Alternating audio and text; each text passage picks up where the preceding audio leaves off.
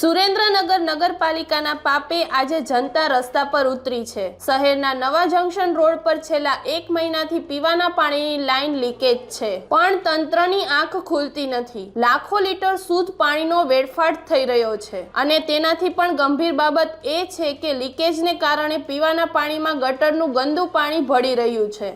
ઘણા ટાઈમથી પાણી બધું ઢોરીને શક્તિ પર શેરી અંદર ઘરે છે ને આ પાણીની વહેલા તકે તમે જેમ બને એમ રિપેરિંગ કામ કરો એટલે માણસો બીજા હાલવા ચાલવામાં માંદા ન પડે।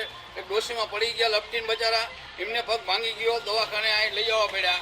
એટલે મહેરબાની કરીને આ પેલા ફટોફટ પેલા આ કાર્ય કરો। પેલો શક્તિપરા વિસ્તારના લોકોના ઘરોમાં આજે બીમારીના ખાટલા છે। દૂષિત પાણી પીવાથી બાળકો અને વૃદ્ધો ટપોટપ બીમાર પડી રહ્યા છે, છતાં સત્તાધીશો મૌન છે।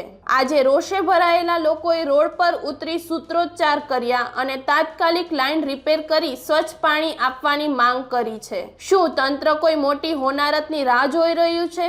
જનતા હવે એક જ સવાલ પૂછી રહી છે, અમને શુદ્ધ પાણી ક્યારે મળશે? મહિનાથી અમારી લાઈન તૂટી ગઈ છે, કોઈ સમી કરાવવા આવતું નથી। અમે કેટલી વાર ગયા છીએ, કોઈ આવતું નથી।